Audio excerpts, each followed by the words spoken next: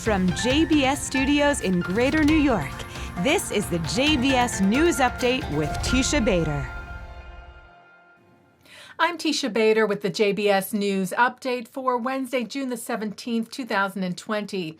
Israeli security forces successfully prevented weapons from being smuggled to terror group Hamas in Gaza.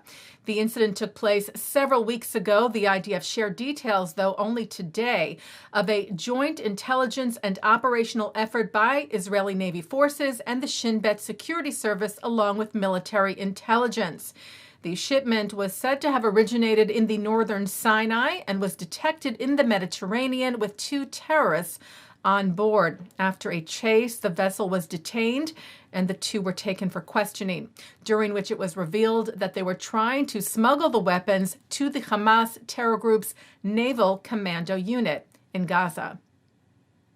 Foreign ministers of the European Union are asking the United States to consider a new peace plan, rejecting the plan unveiled in January by the U.S. administration.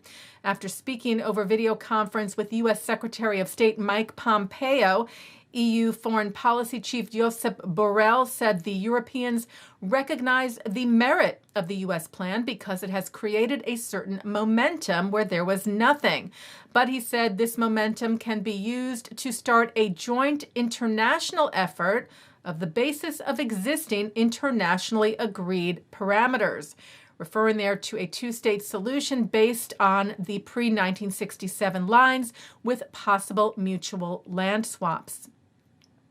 Referring to Israeli Prime Minister Benjamin Netanyahu's pushing to move forward with applying sovereignty to parts of the West Bank, Borrell said the EU ministers warned Pompeo about the consequences of a possible annexation for the prospects of a 2-state solution, but also for regional stability.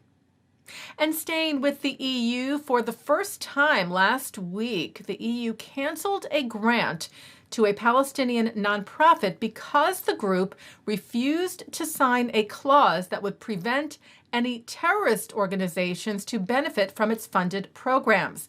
The Badil Resource Center for Palestinian Residency and Refugee Rights refused to sign the clause because it said it criminalizes the Palestinian struggle and forces them to police their own people.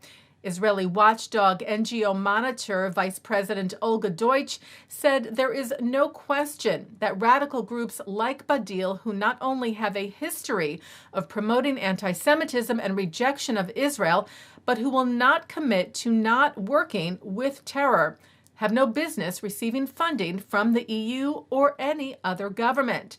If you recall, back in May, Israel's foreign ministry summoned the EU's ambassador to Israel over the EU not automatically excluding a person with connections to a terror group from EU-funded programs.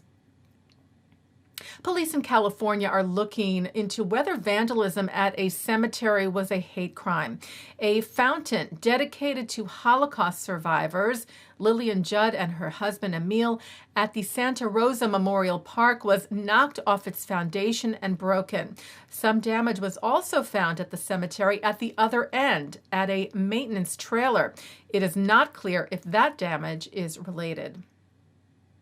Universal Music Group is opening a branch in Israel, the first major American music company to do so. Billboard reports that UMG's office will be in Tel Aviv, and its opening in Israel is part of recent expansion into several countries to find and sign local talent. The office in Israel will be led by Yoram Mukadi, who said it will provide a welcome boost for the entire Israeli artist community, whilst strengthening the wider music ecosystem within the country. Well, a video contest aimed at fighting anti-Semitism, hatred, and intolerance was announced today. Students Speak Out Against Anti-Semitism is sponsored by the Combat Anti-Semitism Movement and B'nai B'rith International, whose leaders Charles Kaufman and Daniel Mariashin said illuminating the issue of anti-Semitism, one of the most pervasive, long-running, and deadly dangers in the world, through inventive video production, will bring the immediacy and urgency of the topic to a global audience. as antisemitism proliferates globally. Today's high school and undergraduate university students will create messages to educate and inspire us. Taking a look now at our programming for tonight on JBS for Wednesday, June the 17th. At 7 o'clock, it's the finale of the hit Israeli TV series A Touch Away. At 8, a discussion from the recent AIPAC policy conference of how to respond to intersectional attacks against Zionism and the State of Israel. At 9 tonight, Mark Golub speaks with David Simon, the creator, writer, and producer of the groundbreaking hit television series The Wire, and the series adaptation of Philip Roth's The Plot Against America.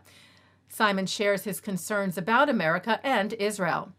At 10:30, it's Thinking Out Loud with Micah Halpern. And coming up next, Mark Golub speaks with President of the Zionist Organization of America, Mort Klein, who responds to charges of racism leveled against him and explains his objections to the new executive director of the President's Conference.